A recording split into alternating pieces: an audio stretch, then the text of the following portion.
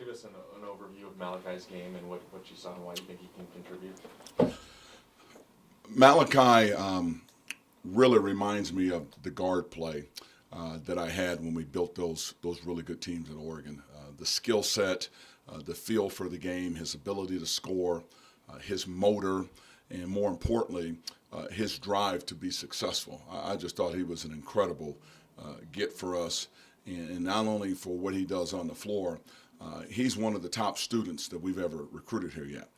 That recruiting class with him and Pollard and Milan Aqua, all of them are outstanding players, but outstanding students as well, which is very important to us. So we're looking forward to getting Malachi here. I think along with Milan, the two of them give me that 1-2 punch. If you talk about needing on the floor, that skill, speed, ability to see the game and play the game at a high pace. So I'm thrilled that we have him. And just as thrilled to have him as I am with his family, who have just been outstanding through this whole ordeal. How quickly do you expect his scoring ability to translate to Pac-12 games? You know, freshmen are still freshmen when they come in the door, but I equate him to Rittenauer, Brooks, Tawan Porter. All of them had their moments as freshmen. From Rittenauer, averaged about 8 points a game. Aaron, I think 9. Tawan, 15 points a game. But the impact that they had on the game, getting 30-plus minutes and things like that was huge. So I think the good thing about all of these incoming players, particularly Malachi's case, is the summer trip that's sitting there. We have an opportunity to work with these young men during the summer and then take them abroad and play to get what I would call a miniature version of a practice season out of the way before the season starts. And they will be on campus before that trip? They all will be here on campus for summer school. When is the trip? The trip is August 4th through the 14th.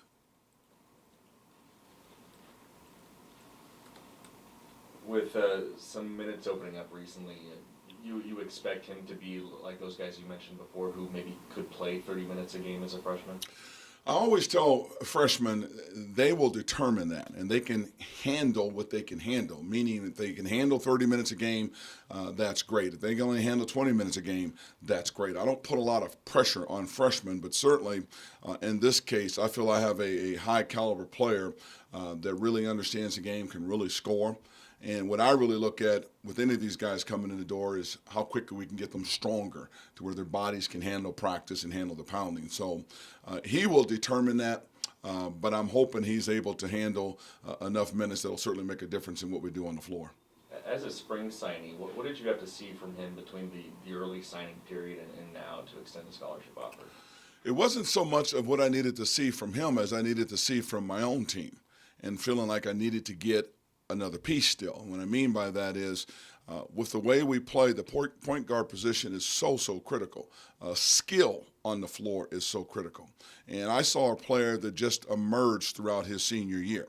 He put up numbers his junior year, but his senior year was special, considering the fact that he got double team and triple team at times. He still played within himself, didn't force up a lot of stuff, but had an ability to score, keep his teammates involved in the game, and then just play at such a high basketball IQ level throughout the course of the year. So what I saw was somebody that emerged to be one of the top point guards in the West and one of the top guards in the West for that matter. You still have 3 scholarships remaining. How likely do you think it is that you fill those? It is very likely. I think in this day and age, with all the transferring that's occurring in college basketball, I think they're anticipating over 800, up to 400 already, had over 700 last year. And kids are transferring because of opportunity to play, which I understand, and this opportunity then to be seen and play and get ready for the NBA, which I don't quite understand. But those are the decisions that are made, and they're made for the best interests of young people. For us, however, it gives us an opportunity to strengthen in some areas we feel like we can do that in. So we will continue to recruit with the anticipation of filling all of those scholarships. When Q asked you for his release, did you put any stipulations on where he could go, and how does that process work for you? I'm going to say one thing on that, and let's keep the focus on this because this is a signing day for a great player and family to come into our program, and I don't want to take away his spotlight in talking about those other things, but there are some issues there that I cannot discuss with the university and COUGS, that I don't need to discuss for that matter. And yes, there's some stipulations there now, but there are also over 300 Division I schools that he can attend. And I'll leave it at that for right now. With, like you said, there's maybe 375, 400 transfers who have yet to announce that they're going to transfer. Do you have to sort of just sit and wait and see what becomes available with those 3 scholarships? No, because we're not just looking at transfers. We're looking at high school players, junior college players. We're looking overseas. So that's not necessarily the case that we have to sit and wait and do anything. We are actively recruiting, and quite frankly, we stay actively recruiting throughout the course of the year in anticipation of something like this happening at the end of the year, because it's happening too frequently all over the country and all of the conferences and in a lot of the programs. All right, questions from the phone? Ernie, I know you talked a little bit, but I don't want to take away too much from Malachi, Sean. But what do you say to maybe the fan base that's a little concerned about the number of players that have left the program in the past few years? I don't think you need to be concerned about it at all, because again, I just gave you a figure of 700 plus, over 800. It's happening in every program, and it's not necessarily leaving the program because they're disgruntled, leaving the program, they don't like style of play, they don't like the staff. It's playing time. So if players have to go elsewhere to have an opportunity to be successful, that's not a bad thing for them. I understand that. And unfortunately, with the graduation situation and having a graduated senior, well, there's 2 sides of that. College basketball graduation rates are close to 80% now.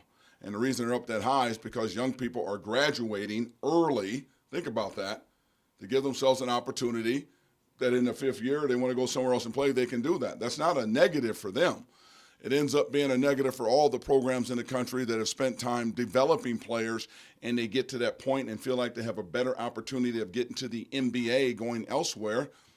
That's their decision. We move on. But the side of it that I look at is our academics here are outstanding. Our APR is not taking a hit because we have outstanding academics, and people are leaving programs to better themselves. Then you have to allow them to do that, and we just keep getting our program better. So what I would tell fans, if you take a look at college basketball, it's the norm. It's what's going on everywhere. And if you look at the numbers and everything, we're a program that's in transition. It's expected in transition, but it's not going to stop. It's only going to get worse. It was the number one thing talked about at the Final Four with the NCAA and our Coaches Association, is the transferring situation that's taking place in college basketball, and in particular the graduate transfer, that you cannot slow it down. There's nothing you can do about it. It's just you have to deal with it and be ready to move on and regroup and keep recruiting and keep building your basketball program. Hey, thanks, Ernie. You bet. Ernie and Jess, it's Chaz. Can you hear me okay? Yes. How you doing, Coach? Doing great. Good. Adam, Malachi, and Milan, do they like to play in the open floor? Do you envision them being consistent with kind of what Ike did really well last year at times, which is run and get out and go and speed the tempo up? Ultimately, where I would like to take this program is that we need to play faster. To do that, you need more skill. Players that can get out in the open court and make the read and react decision, and having a tremendous feel for the game and a skill set, the ability to pass, dribble, and shoot the ball. These 2 players are excellent in those areas. They both play fast. They both see the game and have tremendous feel for the game. They both have an ability to score, maybe in different ways, but they both can score. And they're both excellent basketball players and excellent students of the game. And if I look at where our program is headed, we're transforming this program with what was here and trying to get it to play a particular way, bringing pieces in and trying to get it to play a particular way, and it just takes some time. These 2 players are going to be really good in getting us where we need to get to. Coach, this is Lou Ray with COUGS Band. I wonder if we could just follow up and you could take me through the process of how you get guys like Malachi and Milan to where you're comfortable they're going to be a good fit personally with the rest of your roster. First of all, it comes on the process of us recruiting and really taking a good look at where they're from, their environment, We talk to a lot of people before we bring a young man in the door. We're a little bit in a hurry-up mode when we got the job and didn't have an opportunity to do a lot of research that way when we first got here.